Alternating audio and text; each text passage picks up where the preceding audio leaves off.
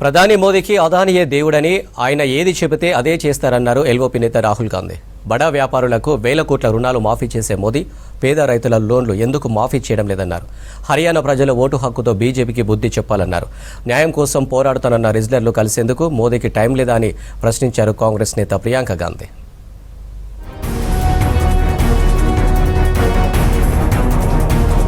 NDA సర్కార్ దేశ సంపదను బడా వ్యాపారులకు దోచిపెడుతోందన్నారు ఎల్ఓపి రాహుల్ గాంధీ. మోదీకి అదానియే దేవుడని, ఆయన ఏది చెబితే అదే చేస్తారన్నారు. వ్యాపారులకు వేల కోట్ల రూపాయలు లోన్లు మాఫీ చేసే మోదీ రైతుల రుణాలు ఎందుకు మాఫీ చేయడం లేదని ప్రశ్నించారు. హర్యానాలో ప్రియాంక గాంధీతో కలిసి ఎన్నికల ప్రచారంలో పాల్గొన్నారు. త్వరలోనే కాంగ్రెస్ ఆధ్వర్యంలో పేదల సర్కార్ ఏర్పడుతుందన్నారు రాహుల్. सरकार का डिफेंस का बजट का हजारों करोड़ रुपए जाता है, उसमें से उनके जो मित्र हैं, जो प्रधानमंत्री जी हैं, उनकी पार्टी को पूरी सपोर्ट मिलती है.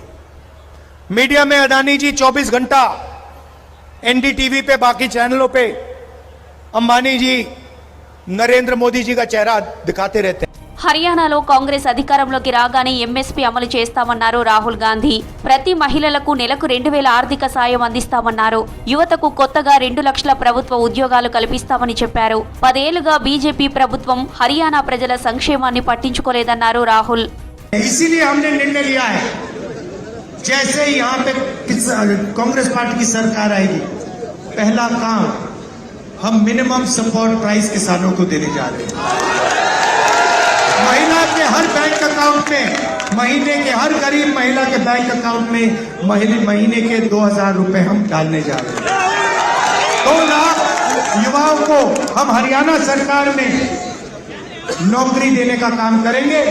హర్యానా ప్రజలు ఆత్మగౌరవంతో బతకాలంటే బీజేపీని ఓడించాలన్నారు కాంగ్రెస్ నేత ప్రియాంక గాంధీ. న్యాయం కోసం పోరాడుతున్న రెజ్లర్లను కలిసేందుకు ప్రధాని మోదీకి 5 నిమిషాల టైం లేదా అని ప్రశ్నించారు. ఒలింపిక్స్ లో ఏం జరిగిందో అందరికీ తెలుసన్నారు. హర్యానాలో అన్నదాతల కష్టాలకు బీజేపీయే కారణమన్నారు ప్రియాంక గాంధీ. गांव का बच्चा हरियाणा में मेहनत करके आगे बढ़ता है स्पोर्ट्स में, और उनके साथ क्या किया गया? उनको सड़क पे बिठाया गया, आंदोलन करते रहे.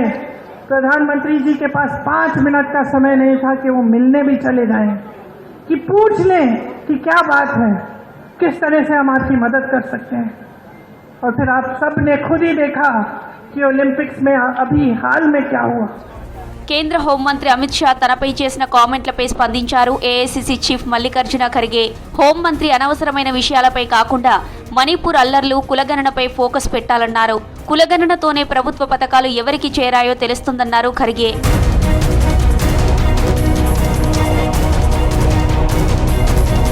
జమ్మూ కశ్మీర్, హర్యానాల్లో కాంగ్రెస్ సర్కార్ ఏర్పడడం ఖాయమన్నారు ఆ పార్టీ నేత జయరాం రమేష్.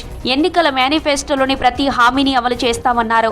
అలాగే రిజర్వేషన్లపై 50% పరిమితిని ఎత్తేస్తామన్నారు. అవినీతి ఆరోపణలు ఎదుర్కొంటున్న నిర్మలా సీతారామన్ కేంద్ర మంత్రి పదవికి రాజీనామా చేయాలన్నారు జయరాం రమేష్. हरियाणा में कुछ भी कहें, तय है, साफ है कि कांग्रेस की सरकार बनने वाली है. ये एक भयंकर तूफान है बीजेपी के खिलाफ. और क्या मुद्दे हैं हरियाणा में? हरियाणा के मुद्दे हैं जय जवान, जय किसान, जय पहलवान. जवानों के साथ नाइंसाफी हुई है, किसानों के साथ नाइंसाफी हुई है, और पहलवानों के खिलाफ भेदभाव हुआ है. కేంద్ర మంత్రి నిర్మలా సీతారామన్ పై వచ్చిన ఆరోపణలపై విచారణ జరగాలన్నారు ఎన్సీపీ, ఎస్సీపీ నేత సుప్రియా సూలే. దీనిపై పార్లమెంటు కేంద్ర ప్రభుత్వాన్ని నిలదీస్తామన్నారు.